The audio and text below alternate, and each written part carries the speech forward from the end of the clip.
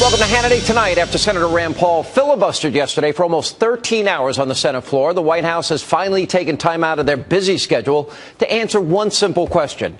Would this administration categorically rule out the use of unmanned drones to assassinate American citizens on U.S. soil? Now, earlier today, in a condescending open letter from Attorney General Eric Holder to Senator Paul, wrote America's top cop, quote, "It has come to my attention that you have now asked an additional question. Does the president have the authority to use a weaponized drone to kill an American not engaged in combat on American soil? The answer to that question is no." Now, was that so hard? Why does the administration only feel the need to give straight answers when their backs are against the wall? Now, it appears that Senator Rand Paul felt he had no other choice to do what he did yesterday, and that is he didn't leave the Senate floor or his feet for exactly 12 hours and 52 minutes. Now, Senator Paul showed stamina, a passion that many Americans can admire. Others joined him on the floor at various times to show their support and to give him a chance to catch his breath. Now, we know that you could not watch all 13 hours, so here is a snapshot of Senator Paul's filibuster. I rise today to begin to filibuster John Brennan's nomination for the CIA.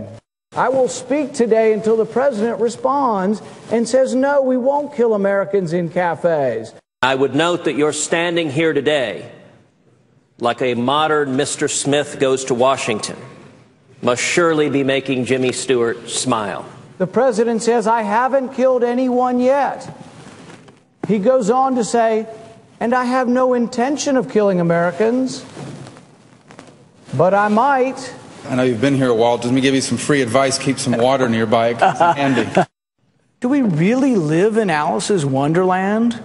Is there no one willing to stand up and say to the president, for goodness sakes, you can't sentence people before you try them? If the president was George W. Bush and this was a question being asked of him and his response was the silence we've gotten, we'd have a very different scenario here tonight. They shouldn't just drop a Hellfire missile on your cafe experience. I'm pretty certain, for the record, I can confirm that no teleprompter was in front of the senator from Kentucky's desk. The Fifth Amendment does apply to all Americans, and there aren't exceptions. But I thank you very much for the forbearance, and I yield the floor. Joining me now with reaction, former Speaker of the House, former presidential candidate Newt Gingrich. Mr. Speaker, you know, you've been urging Republicans to engage. Is this engagement? This is a terrific performance of leadership, of courage, of stamina, of determination on the part of Senator Rand Paul. He performed two very important services. First, on the immediate question, he got the administration to admit that the president really doesn't have the authority to kill Americans outside of combat in the United States. So it's a very important thing to put to rest.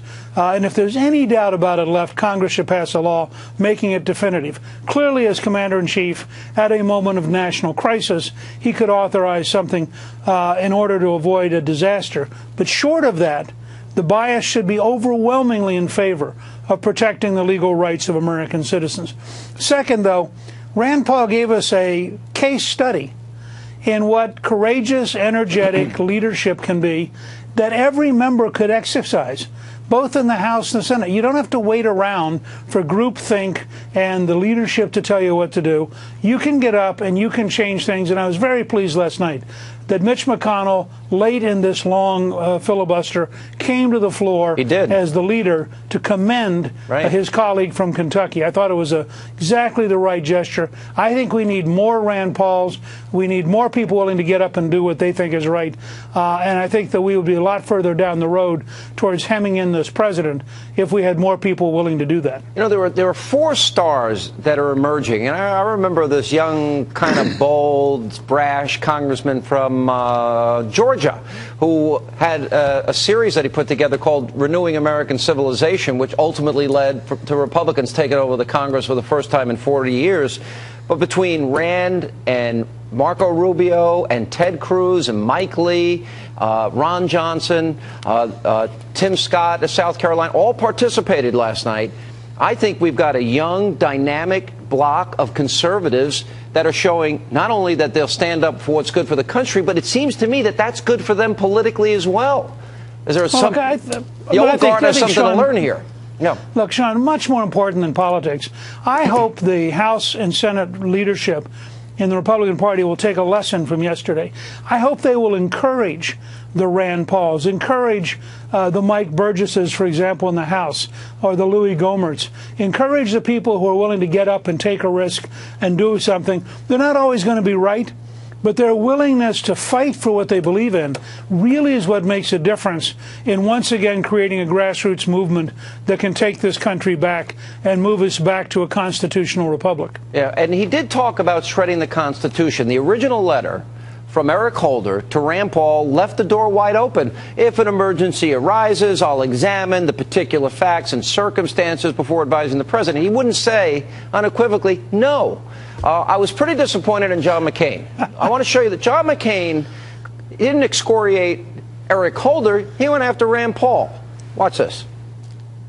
I don't think that what happened yesterday is helpful to the American people. To allege that the United States of America, our government, would drop a drone Hellfire missile on Jane Fonda, that brings the conversation from a serious discussion about U.S. policy to the realm of the ridiculous. Very misguided to me. He should have been questioning Eric Holder and why Eric Holder didn't say flatly what he eventually said today. No. The answer is no, you can't do it. Well, you know, what I find sad about Senator McCain's recent comments, both to Ted Cruz, when Ted Cruz was frankly raising legitimate questions, and again yesterday with Rand Paul, is, you know, when I first knew John McCain in the House, he was a maverick. In the Senate for years, he was a maverick. Of everybody I know in the Senate, I don't know anybody who had a better record of bucking the leadership, doing what he thought mattered, marching to his own drummer. And I think that it's unfortunate, but I think, frankly, it doesn't hurt Ted Cruz, and it doesn't hurt Rand Paul. It hurts John McCain. The country's moving on. We're in a new era. People know that these are legitimate questions. And as you pointed out, when the Attorney General sends a letter up that implies the president has the right to kill Americans who are not engaged in combat, this is a very important distinction. If you're an American and you're engaged in fighting the United States, you're engaged in an act of treason, the president as commander-in-chief has every right to target you, as he did an American in Yemen, I think, 2 years ago. But if you're an American who might be vaguely, indirectly engaged in something, and then you have not been proven in a court of law, you're not an active combatant, you have every right to be protected under our Constitution, or the Constitution has no meaning. You know, do you feel, and I'll tell you, the emails came flying in. Twitter was going nuts. I felt a momentum shift between, and we'll talk about this in the next segment, about sequestration, the president overreaching, his apocalyptic talk. Between that and Rand Paul, I just felt a shift. You can feel it. Did you feel that?